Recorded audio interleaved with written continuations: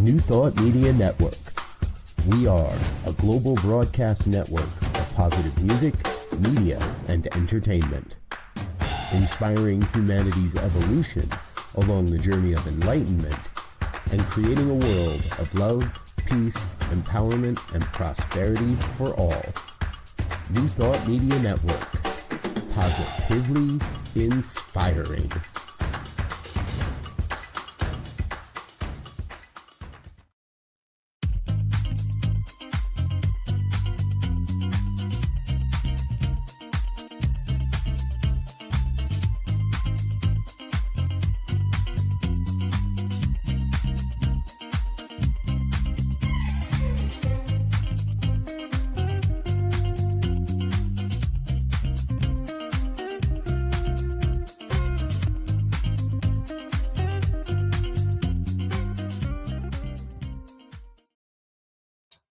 Hey everybody, welcome. My name is Tracy Brown. I am your host for the Inclusive Church.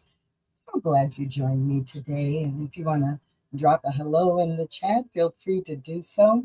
Every Tuesday at noon Mountain Time, we come together and talk about, think about, recommit to building inclusive spiritual communities where oneness does not require sameness. And today, since I do not have a featured guest, I will be doing a Toolkit Tuesday, which means I will be just sharing some ideas with you, some tips that you can use. And I always try to keep those shows, the Toolkit Tuesday shows, to 30 minutes or less. And I'm pretty sure I will do that today. So you will be able to get in, focus, and then go on to the next thing that's on your schedule today.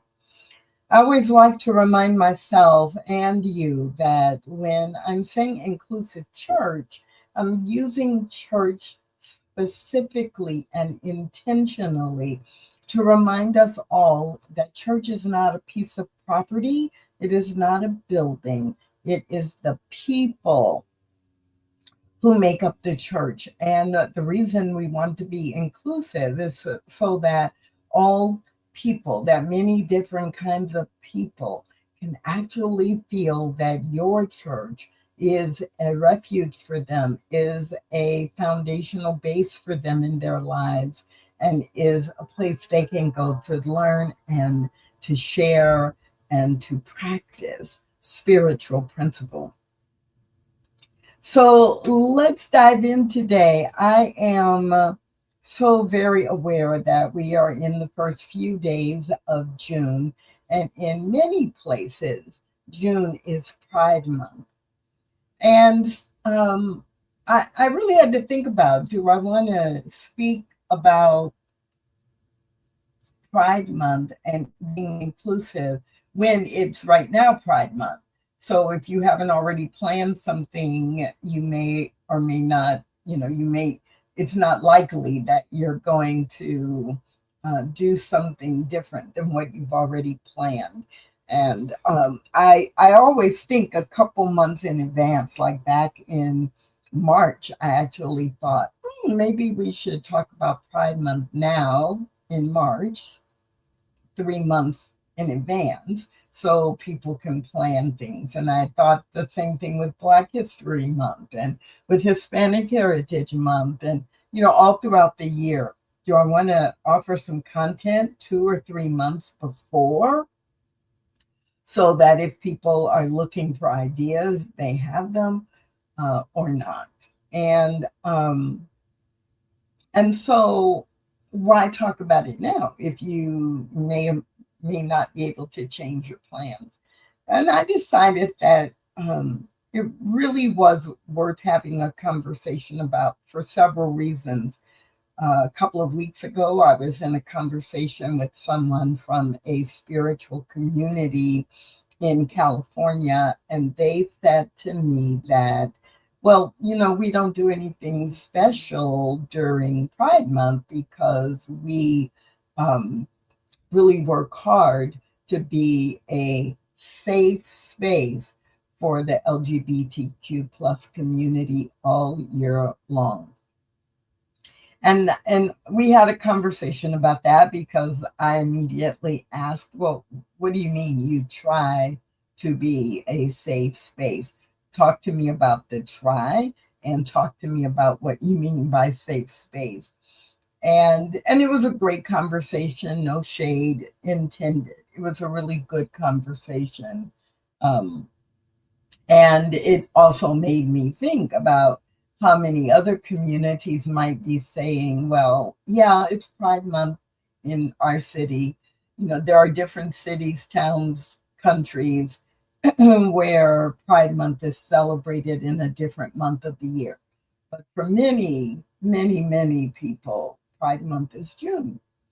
I thought, yeah, it's worth talking about, partially because of the conversation I had a couple of weeks ago, and partially because I may say something that will shift your thinking about what you still could do this month if you are so inclined.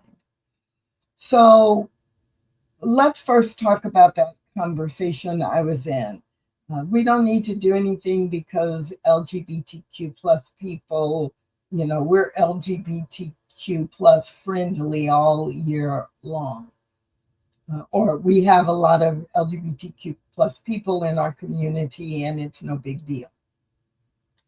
And one of the things that flashed through my mind when I was in the conversation was that, wow,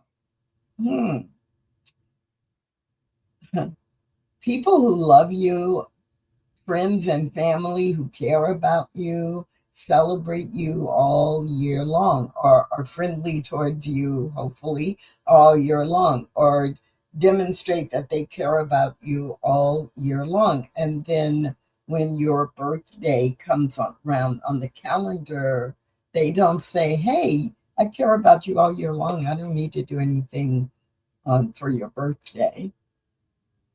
I don't even need to say happy birthday to you because I care about you.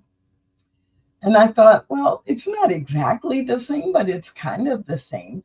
If you've done a really good job in your spiritual community of encouraging and retaining people who identify as LGBTQ plus, then it doesn't mean that excuses you from recognizing, honoring, or celebrating their presence on the planet and their presence in your community during a month that has been designated for that purpose. Another thing that came to mind about that we don't need to, and again, the initial conversation was we try to honor or we try to include LGBTQ plus people all year long. I really was troubled by the word try. Now, I will say that I'm glad I asked. Like, talk to me more. What do you mean try? Because it wasn't try like, oh, we can't do it, or oh, this is so hard, and we are trying to do it, but we're not doing a good job of it. It was we are committed. I mean, the person I was in conversation with proceeded to tell me a long list of activities, a long list of conversations. It included things that were related to marketing. It included things that were related to problem solving. It was a very active and very full list of activities and intentions. And so I pretty much just coached them to use a different word than try. Like, we are doing a variety of things throughout the year to attract and retain LGBTQ plus congregants or people to attend our events. And so it was great. They walked away from the conversation saying, oh, I never really thought about how language could imply something different. So their commitment was clear. The piece around creating a safe space, if you if you've been around me much, you already know that I am very, very hesitant and often advise people, please don't say you're a safe space. Please don't promise that your space is safe because there's no way you can guarantee that. You can say, we are committed to providing a respectful environment, but you can't say that we are committed to making our place or our space safe for you because there are too many variables that have nothing to do with what the community does, and hundreds, if not thousands, of variables that are related to every individual person's experience, whether they will feel safe or not, no matter what you do. So, so that was that part of the conversation, and changing the verb from try to intend, or we do this and list these things. But the idea that we don't need to honor or celebrate or acknowledge even Pride Month, yeah, that doesn't fly. We honor other celebrations throughout the year. I actually, a couple of years ago, I did have someone say to me, "Oh, we don't do anything for Pride Month because we don't do cultural celebrations because we might leave someone out, so we don't celebrate any group because we don't want somebody to come up and say, hey, you didn't celebrate my culture." And I just kind of smile at that one because if we think we don't do any cultural celebrations, but then we do Mother's Day, or we celebrate Easter, or we do some special programming event for Father's Day, or for we do something at Christmas or in the Advent season. Those are all cultural. Some people will say, well, no, Easter is a religious celebration.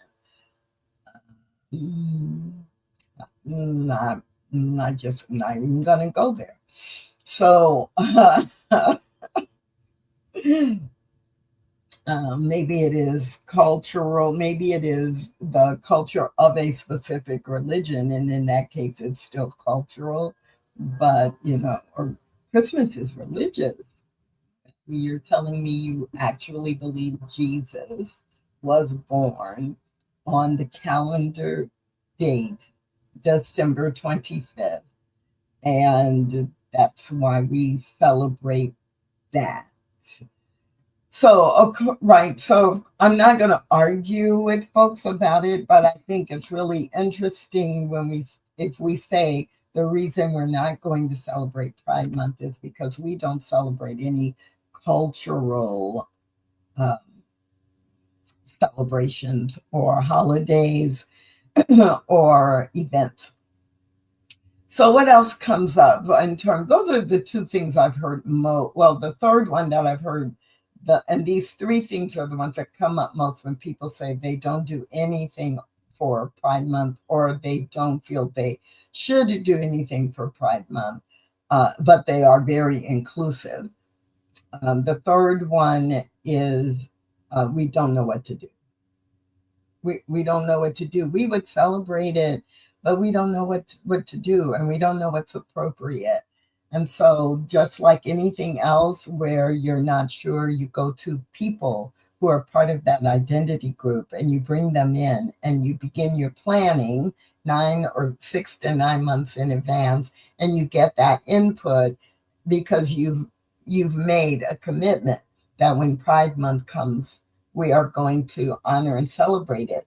And here we are back here 6 or 9 months in advance getting input and feedback because, yeah, you might not know if you've not done it before, but there are people who can guide you, who can make suggestions. And ideally, these would be people who are members of your community who could say, this is what would be meaningful for me, or this is how I think we can make a statement that is in alignment with what we teach spiritually, right? Because it's not about being politically correct. It is about demonstrating a commitment to the values and to the spiritual principles that you teach all throughout the year. So I do think it is important for our communities in New Thought to be doing something during Pride Month, but I'm not attached to what specifically that is.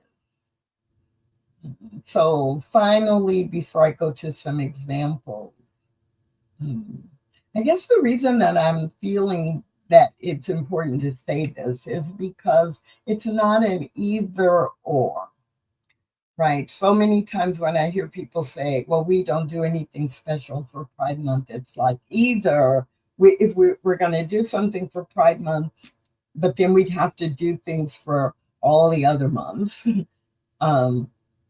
Or we're going to do something for Pride Month, big something, or nothing at all.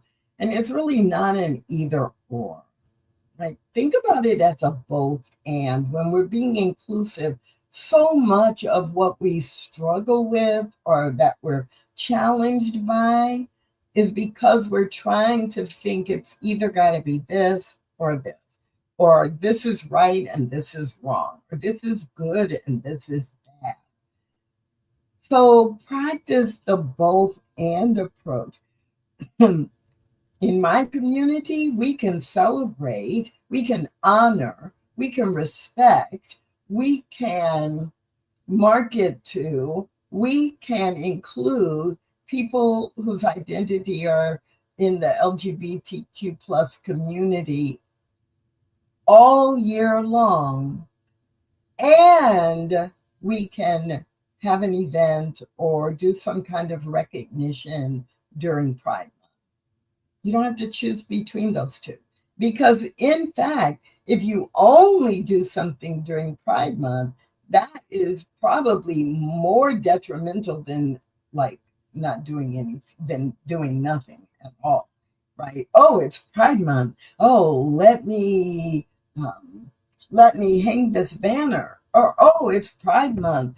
Let's go be in the parade with our church's t-shirts on.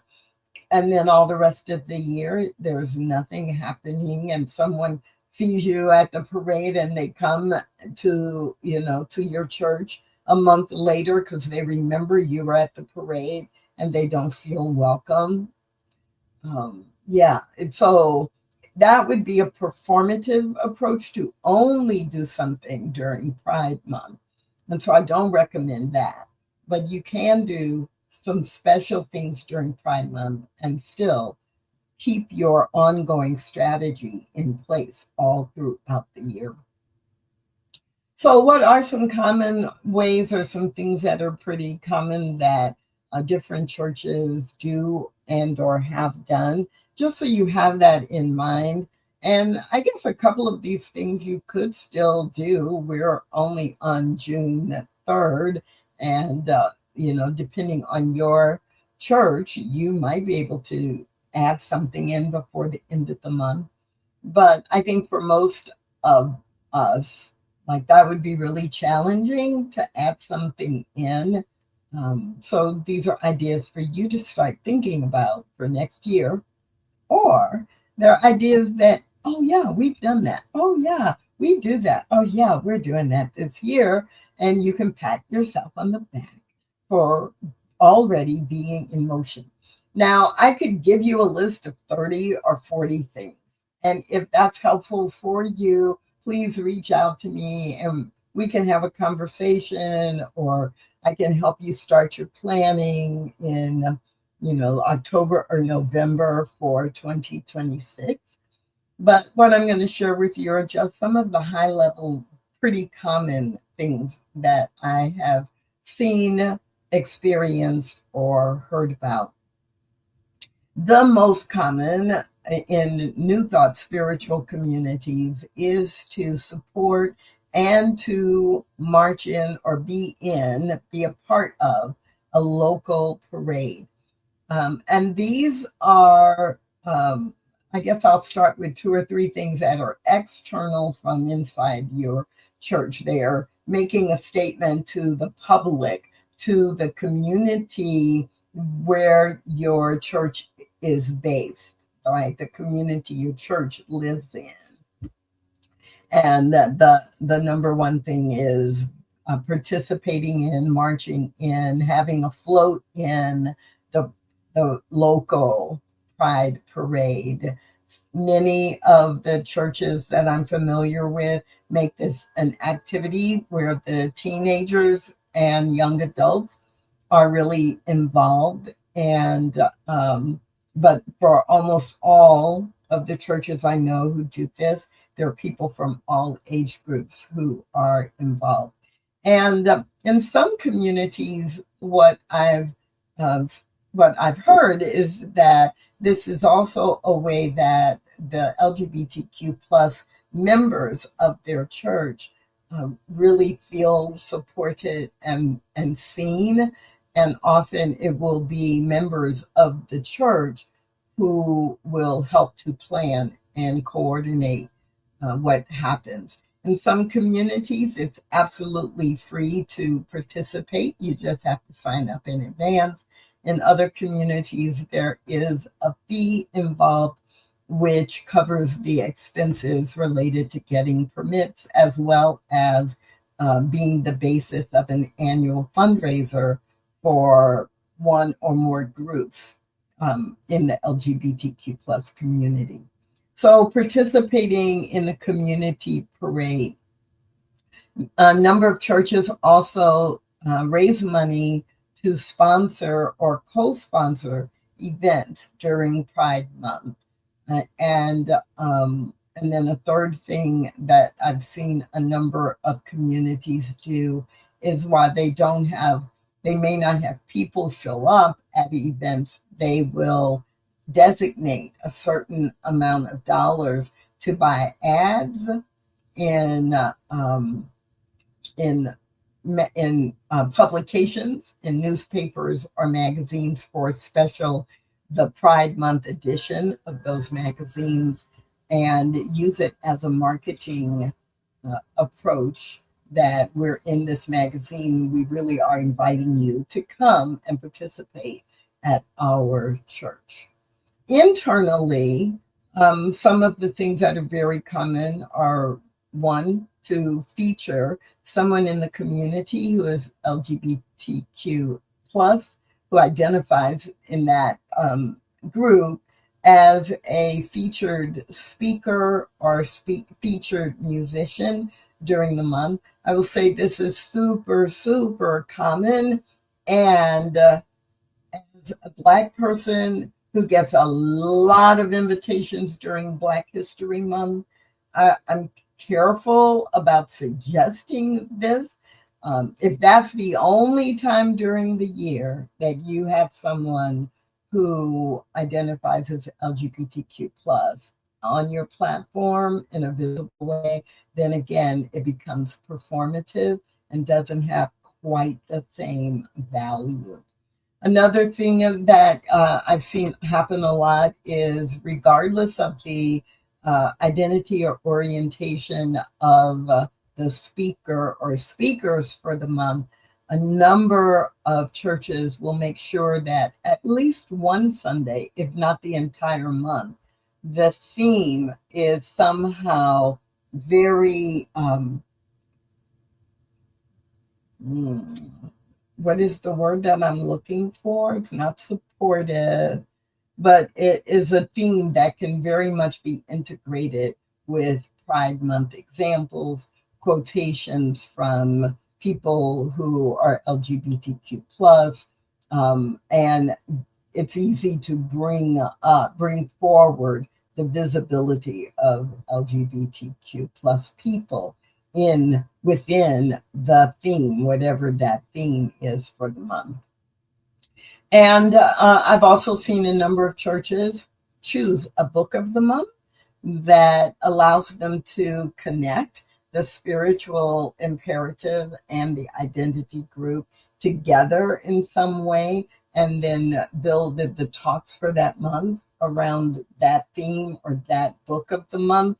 And also, of course, especially communities that are primarily virtual have the opportunity, a number of them have shared with me videos that they have used for their music, that they will then be really supporting artists who identify as LGBTQ plus, or the lyrics in the song, or the visual images that are in the video. And they will be very deliberate all throughout Pride Month to make sure that there are images and music that send a subtle but very clear message. The last thing I want to mention is that Pride Month, really like every month, but Pride Month has some really low-hanging fruit related to intersectionality. And so, first and foremost, even to talk about Pride Month, that in our contemporary times, Pride Month in the 20th and 21st century, Pride Month is an outgrowth of the Stonewall experience. And yes, the Stonewall experience, some of you are like, why isn't she saying the Stonewall riots? Because I'm more likely to say the Stonewall massacre than riots. But the Stonewall experience really might not have happened if it weren't for trans women of color. And so race was a big factor in what happened at Stonewall. And in the succeeding months, if it had not been for Black folks who are on the LGBTQ plus identity spectrum, then we would not be where we are, and we would not be celebrating Pride Month in June. And so there's some opportunity for intersectionality around race and sexual orientation and gender identity, if you're willing to have that conversation. And also Juneteenth is in June. And so I do know of a couple of churches that have done Pride Month and Juneteenth together in a very beautiful dance. In the month, and using the context and the spiritual quality of freedom, and that brings me to my closing point. Don't miss intersectionality, but if you're going to miss anything, the one thing you absolutely cannot miss is the spiritual imperative. Please always, always, with everything that we're talking about in terms of being inclusive, if you can't find biblical scripture, science of mind textbook quotations, unity philosophy principles, if you are not able to connect what you are doing to the demonstration of your spiritual principles, your values, your spiritual values, not your emotional or personal values, your spiritual guidance, and the spiritual principles and practices that your church exists to teach. If you can't do that, then you're not ready to be inclusive. That is where the work begins. And all I can do is encourage you and remind you that this is why I talk about this incessantly. It is because I believe there is one God, there is one source of all life, and it has created everything from itself. And because of that, if we only look at humanity, even though I mean it is true for all creation, but if we only look at humanity, then every person on this planet is the face of God. is a face of God. And every person on this planet deserves to have an experience of their best possible life as they view it, as they understand it to be. That is why I do the work. That is why our spiritual communities, it's so important for us to be inclusive of all kinds of people and teach each other how to walk together in harmony, in unity, representing the love of God.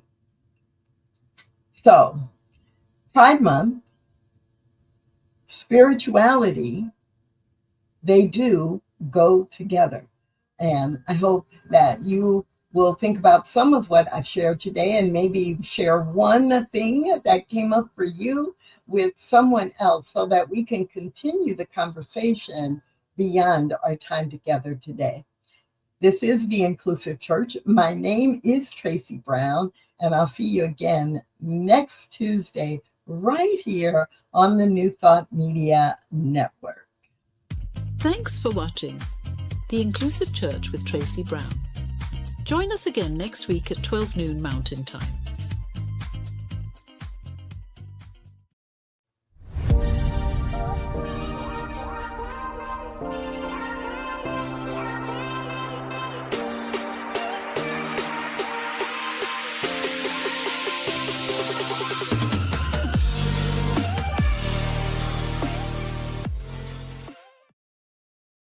On behalf of everyone at New Thought Media Network, thank you for being a member of our virtual family. Your financial contributions help share the New Thought message with people from around the world. Please visit and contribute at www.ntmedia.org/donate. New Thought Media Network, come be you. And please like, share, and subscribe.